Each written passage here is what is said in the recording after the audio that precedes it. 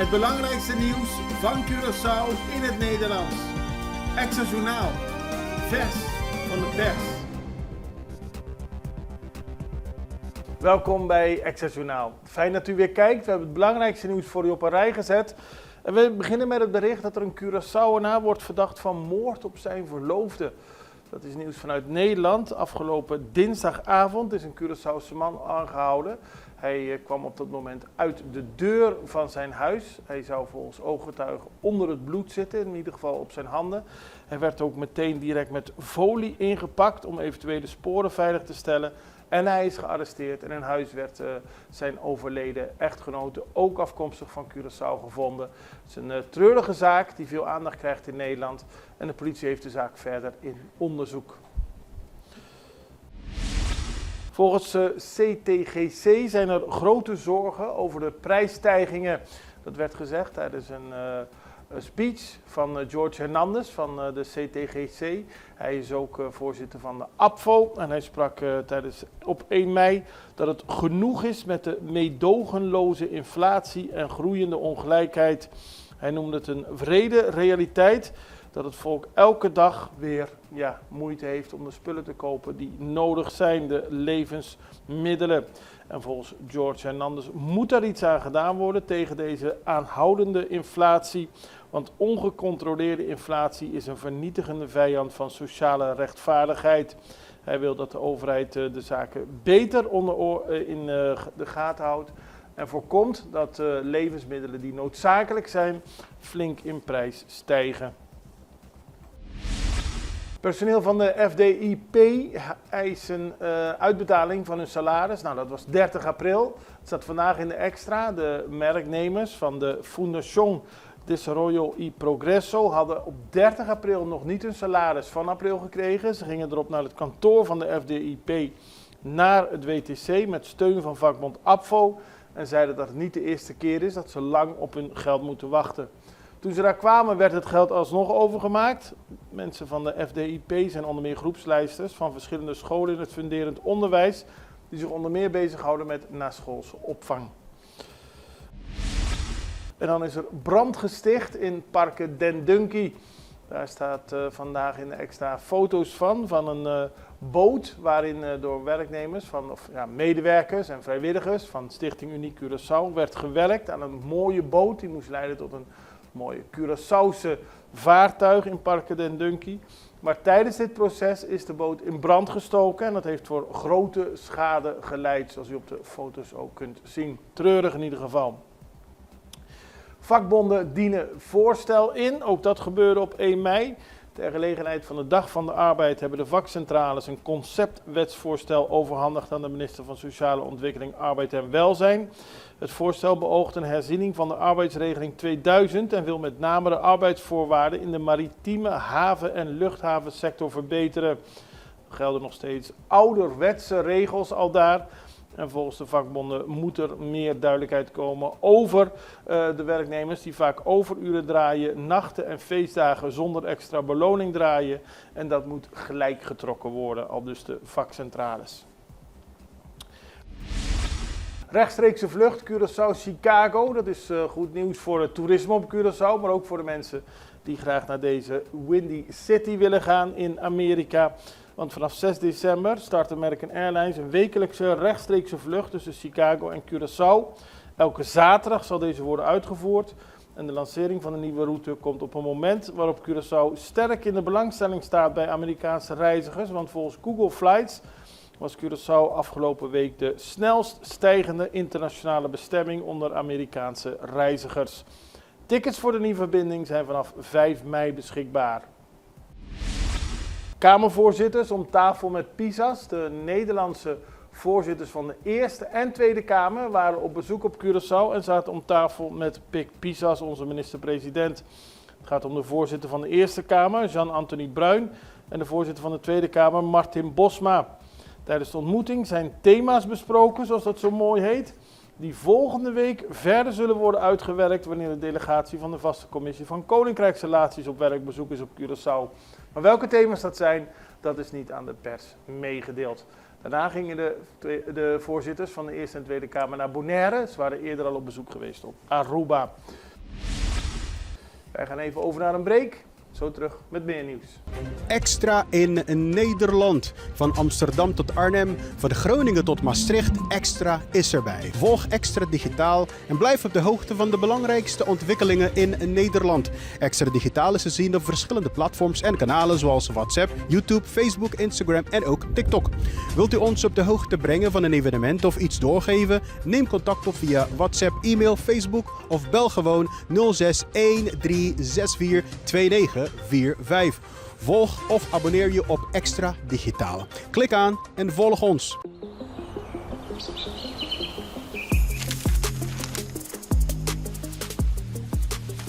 Welkom op Curaçao, een van de mooiste eilanden in de Caribiën. Een ware parel. En het is een eiland waar je van heel veel zaken kunt genieten. Van de natuur, van de zee, van het eten, van de mensen en zoveel meer. Curaçao is een eiland waar heel veel gebeurt op het gebied van politiek, cultuur, sport en zoveel meer. En Extra Journaal brengt het belangrijkste nieuws van Curaçao. Maar we hebben ook aandacht voor al het nieuws op Bonaire en Aruba en op de bovenwinden, Saba, Sint Maarten en Sint Eustatius. En we belichten al het nieuws van alle kanten. Het nieuws is duidelijk, actueel en vers van de pers. Extra Journaal, elke werkdag op Salto. Op Curaçao zijn we de hele dag bezig met het maken van Extra Journaal. Volg ons op je favoriete Amsterdamse zender, Tauro.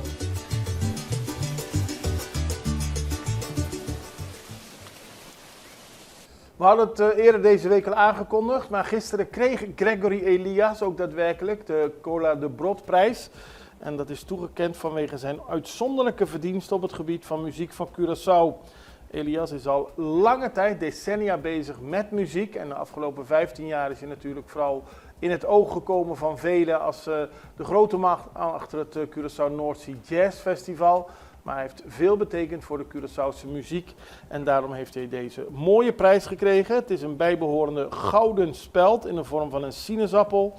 De 5000 gulden die hij ook in ontvangst mocht nemen is op zijn verzoek gestuurd naar de Fundación Virgen de Rosario als waardering voor het waardevolle werk dat deze stichting verricht ten behoeve van ouderen op Curaçao. Dan is er een expositie over de Frates van Tilburg. Die is op donderdag 1 mei geopend. Het heet De Frates van Tilburg en het is gemaakt door beeldhouwer Tommy van der Loo, die ook verantwoordelijk is voor... en daarbij is ook een documentaire vertoond in het Curaçaos Museum, Spiegelbeeld van Floor Vode en Marleen Kuister. En het gaat allemaal over de werkzaamheden van de Frates van Tilburg hier op Curaçao. Die waren actief tussen 1886 en 1995. En morgen wordt in het Curaçaos Museum de film nog een keer vertoond. En kunt u natuurlijk terecht voor de expositie. Dan gaan we naar een interview met Sabrina Din Mohammed. Zij gaf onlangs op de University of Curaçao een interessante lezing over het thuisgevoel van regionale migranten. En zij spitst daar onderzoek vooral toe op de Dominicaanse gemeenschap op Curaçao. Ze is antropologe en migratieonderzoeker en heeft op eigen kosten dit onderzoek uitgevoerd. En het komt volgend jaar in een wetenschappelijke uitgave. Maar het is voor haar belangrijk om dit verhaal, waar voel je je thuis als migrant, op papier te zetten en onderzocht te hebben. Kijk naar het interview dat we met haar hadden.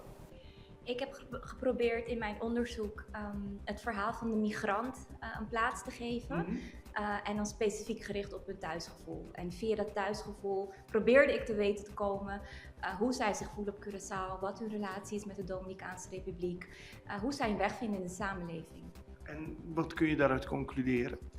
Dat thuis voelen en de locatie van thuis een heel gedifferentieerde aangelegenheid is. Mm-hmm. Migrantengroepen zijn niet homogeen. Dus er is vaak het idee dat migranten naar een land komen en gericht blijven op hun land van herkomst. Ja. En eigenlijk geen deel willen zijn van de samenleving, maar eigenlijk het wel zouden moeten zijn. En mijn onderzoek laat zien dat migranten een thuis kunnen hebben of zich thuis kunnen voelen in het land waar ze terecht zijn gekomen, in dit geval Curaçao, of in de Dominicaanse Republiek, of op beide plekken, of helemaal nergens. Ja. Dus het gevoel van thuis en de hechting aan culturele praktijken uit het herkomstland, zijn heel gedifferentieerd. Je kan niet zeggen dat is de Dominicaan of dat is de regionale migrant of dat is de Haitiaan. En zo moeten we migrantengroepen ook benaderen als intern gedifferentieerd. Ja, en niet een label erop plakken van die zullen wel zo denken of die zullen wel zo voelen. Precies. En wat voor de Dominicaanse migranten geldt dat ook voor andere migrantengroepen? Zou kunnen.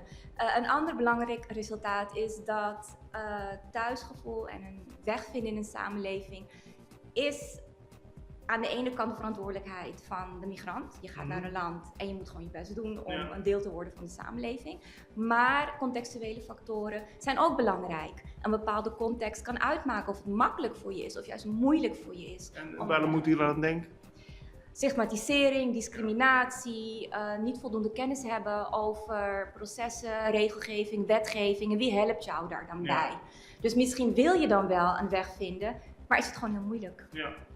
Het is interessant en er gaat ook nog een boek van komen. Je gaat dit verder uitwerken. En je hebt hier al een lezing over gegeven op de University of Curaçao. Hoe ging dat, die samenwerking met de UOC? Een echte samenwerking was het niet. Het is meer dat ik het belangrijk vond om de lezing hier te geven op deze universiteit. Het idee is op Curaçao ontstaan 17 jaar geleden. De UOC is de Universiteit van Curaçao en een universiteit heeft een verantwoordelijkheid om betrouwbare en onafhankelijke kennis te delen met de Curaçaose maatschappij, met beleidsmakers. Dus dit was voor mij de plek om de lezing te geven. Goed zo. Ja, en de samenwerking, in zoverre we kunnen spreken van de samenwerking, is heel mooi gegaan. Het is goed gegaan. Er was ook interesse bij UOC om mijn lezing te laten Ja, want ik vraag het ook, want je hebt je hebt het onderzoek zelf gefinancierd. Je hebt het zelf uitgevoerd, omdat je wil dat dit onderzocht wordt. Dat komt niet zo heel vaak voor. Hè? Het is pure passie. Passie voor Curaçao, passie voor de levens van migranten, de verhalen van migranten eigenlijk. En dit is denk ik het eerste diepgaande kwalitatieve onderzoek waarin het perspectief van de migrant naar voren komt. En dat wilde ik graag. En om je andere vraag te beantwoorden, gelden deze resultaten ook voor andere migrantengemeenschappen. Gedeeltelijk. We zouden meer onderzoek moeten doen naar ook bijvoorbeeld Jamaicanen, Haitianen, Colombianen, maar ook bijvoorbeeld naar de Europese Nederlander. Want het zijn allemaal gemeenschappen die uit een andere historische, politieke, sociale en economische context komen en die dan hier allemaal terechtkomen.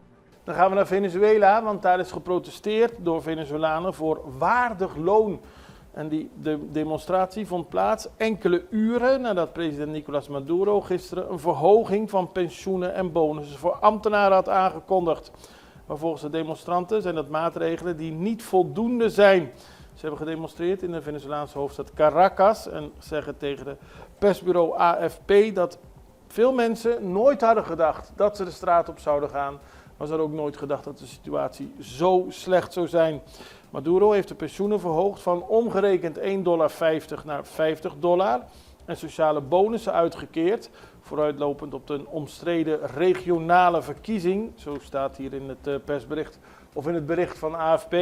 Maar het land kampt met chronische inflatie en het minimummaandloon van $1,50 bleef ongewijzigd. En dat heeft ertoe geleid dat de mensen de straat op zijn gegaan. Dit was het nieuws voor zover. Wij zijn er snel weer met meer nieuws en ik hoop u ook. Het allerbeste. Tot ziens. Dag.